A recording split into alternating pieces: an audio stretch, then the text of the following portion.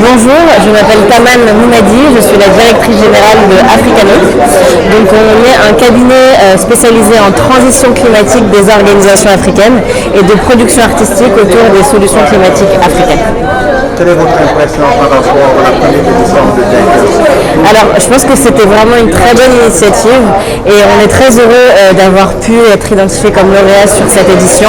C'est, je pense, quelque chose qui nous permettra de structurer encore mieux notre organisation, d'aller encore plus loin et surtout nous, ça nous a permis d'identifier des partenaires avec lesquels travailler, avec lesquels avancer, parce que la question du dérèglement climatique, elle est vraiment urgente, on le sait, mais on a besoin de savoir qui a envie de s'engager sur les solutions, on a besoin de s'identifier, on a besoin de se connecter pour pouvoir aller plus loin. Donc on est vraiment très content d'avoir pu participer d'une part, ensuite d'avoir pu être sélectionné et on a hâte de voir quelle va être la suite des projets. Comment votre projet pouvait impacter la communauté? Alors nous on intervient à différents niveaux. On intervient au niveau oui, d'accord. Alors nous on intervient auprès de trois différents types de communautés. D'abord les organisations, notamment du secteur privé, ensuite au niveau de la société civile et ensuite au niveau des entrepreneurs verts.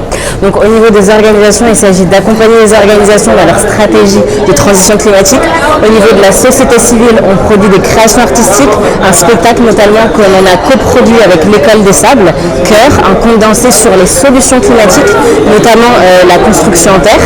Donc ça c'est l'occasion d'utiliser le regard artistique pour faire comprendre les problèmes climatiques et surtout les solutions, pour ouvrir la discussion autour des solutions, parce qu'on va parler des solutions climatiques, mais finalement on ne prend pas suffisamment le temps de faire comprendre quels sont les enjeux autour de ces solutions-là et comment elles peuvent être assez facilement adaptées par différents types de communautés, en milieu urbain, en milieu rural, que ce soit différents types aussi de populations.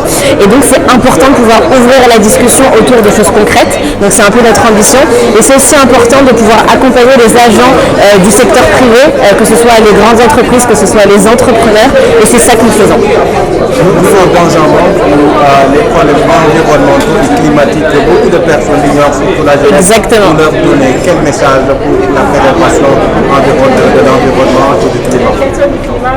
Je pense que je leur donne le message de tout d'abord s'y intéresser, parce que je pense que ça sert à rien de dire à quelqu'un il faut que tu fasses ci, il faut que tu fasses ça, mais il faut que ça vienne de la personne. Donc nous, notre rôle, c'est de pouvoir accompagner au mieux déjà dans la compréhension du problème et ensuite d'accompagner au mieux dans la visibilisation des solutions, parce que les solutions climatiques, ce sont des opportunités d'emploi.